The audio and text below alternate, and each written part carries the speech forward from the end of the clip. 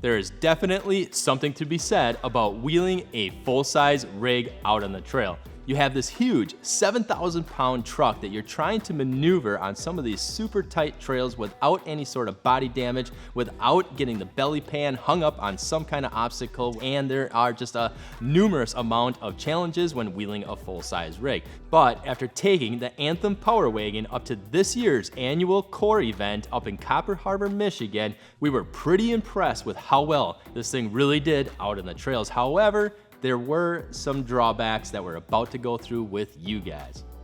First off, Anthem Wheels got this Power Wagon back in February of this year to build it up to be their in-house brand show vehicle, and they did a really nice job on it. I really like the black flat wrap that's on it. I like the Anthem wheels, the bronze Rogues that they have on here, the Yokohama mud terrains that they have on here, and Icon Vehicle Dynamics 2.5-inch Stage 5 kit with the adjustable piggyback shocks on it. And so with Nick behind the wheel, we piloted this thing up to Copper Harbor, Michigan with Nick's rooftop tent on the back, and our intent was to really put this thing to the test. If you guys remember, we did a video back in February on the Power Wagon when it was still bone stock. We took it up some hills in the snow, we tried out the lockers, we couldn't get them to engage right away, tried doing some donuts in the snow and really weren't that successful because of the traction control and roll stability control. But once we got to the trails up in Upper Michigan, we were really able to put the new build to the test.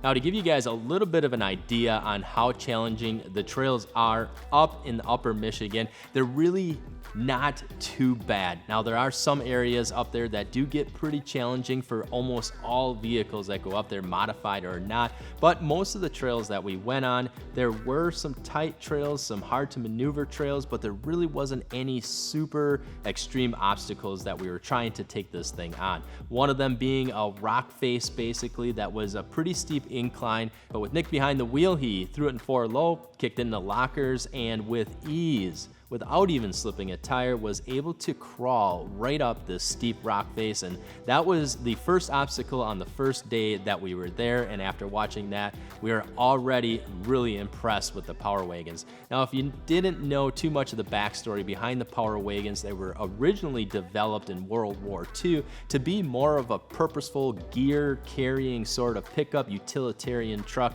not so much for carrying people as that's what the Jeeps were for, but the Power Wagons were made to be workhorses to carry gear and equipment over all different kinds of obstacles. So they really wanted to make something that was all function and no form. Obviously, things are a little bit different nowadays with the new Power Wagons.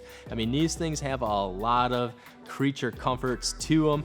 They don't ride as smooth as the regular 2500s do, as they do already have the upgraded suspension from the factory, but with the Icon Vehicle Dynamic suspension, that thing was just soaking up all of the bumps a lot better than what the factory suspension did, including getting up that rock face. It literally just crawled right up that thing, smooth as could be. In fact, Nick said he didn't really even know where he was. He just climbed up it, could see nothing but sky, so we spotted him through that, and it was really just quite the spectacle. So definitely was no disadvantage for the Power Wagon on that obstacle. However, the trails that we hit just after that were even tight for a 2-door Jeep. So you can imagine even like a 4-door Jeep being pretty tight through there, not to mention something as big as this beast, trying to navigate through the trees that were almost just big enough for my Highlander to fit through, and Nick was very carefully, very skillfully navigating through the trails with this Power Wagon.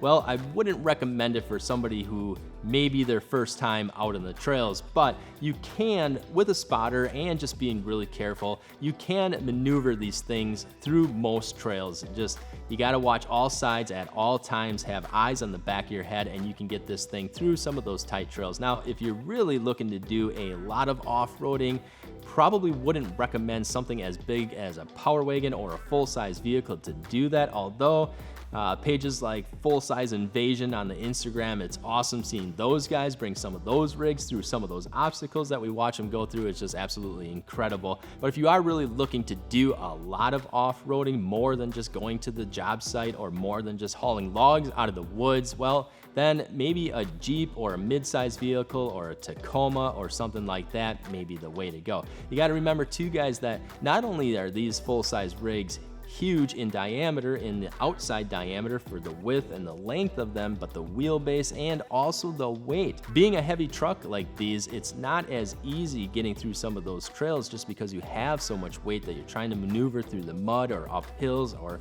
different situations like that. But with the upgrades on this thing, it really did well through most of the trails that we went through until Sunday. Once we got out on Gay Beach, well, there was a bunch of different puddles out there. There was places that you can just haul ass wide open out on the beach. And well, Nick was still behind the wheel when he saw one of these puddles that he thought he was just gonna go blasting through, spray some water everywhere, have a good time, everybody laughs, we all go home, which was not the case.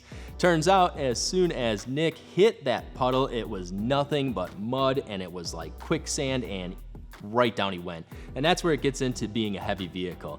Something like a Jeep, maybe flying faster, could have possibly blasted through that, but you got something like this that's a big boat anchor, and it's gonna go straight down and find that bottom, and you're gonna be waving at China because you're all the way through the mud. So needless to say, after about 5 hours of extraction with a Jeep, a Tacoma, we were doing triple line pulls with 2 snatch blocks just to try to get them out of there. And fortunately, we didn't have to call in a wrecker or anything like that. We were able to get them out after a lot of digging. Went through 1 set of traction pads, and fortunately we had another set that we were able to use, and between all the winching, the pulling, and just the digging and the traction pads, we're able to finally get them out. So it was quite the adventure, but lesson learned, right? Because heavy vehicles don't do that well in mud, especially soft, thick, gooey mud that's like quicksand and literally has no bottom. But this is a really nice, versatile pickup truck for those of you who are looking to use this as a functional, purpose-built vehicle for the job sites, for going out hunting, getting off-road, for on the farm, or if you're just looking to do some weekend warrior stuff once in a while. The Power Wagon really isn't that bad of a pickup truck for moderate to medium off-road use. And guys, keep in mind that you can find these Anthem Rogues and other Anthem wheel products right on our website, plus the Yokohama Geolandar MTs, the Road Armor bumpers, the roof rack, the Casey lights, all of that stuff you guys can find right on our website, TrailBuiltOffroad.com. And if you guys have any other experience with either getting stuck or Power Wagons in general, definitely let us know in the comments below. Or even if you guys have any further questions on the Anthem General, definitely let us know. Other than that, guys, we definitely appreciate all of you for watching and all of your support. I'm Josh from TrailBuilt, and we'll see you guys hopefully not stuck in the mud.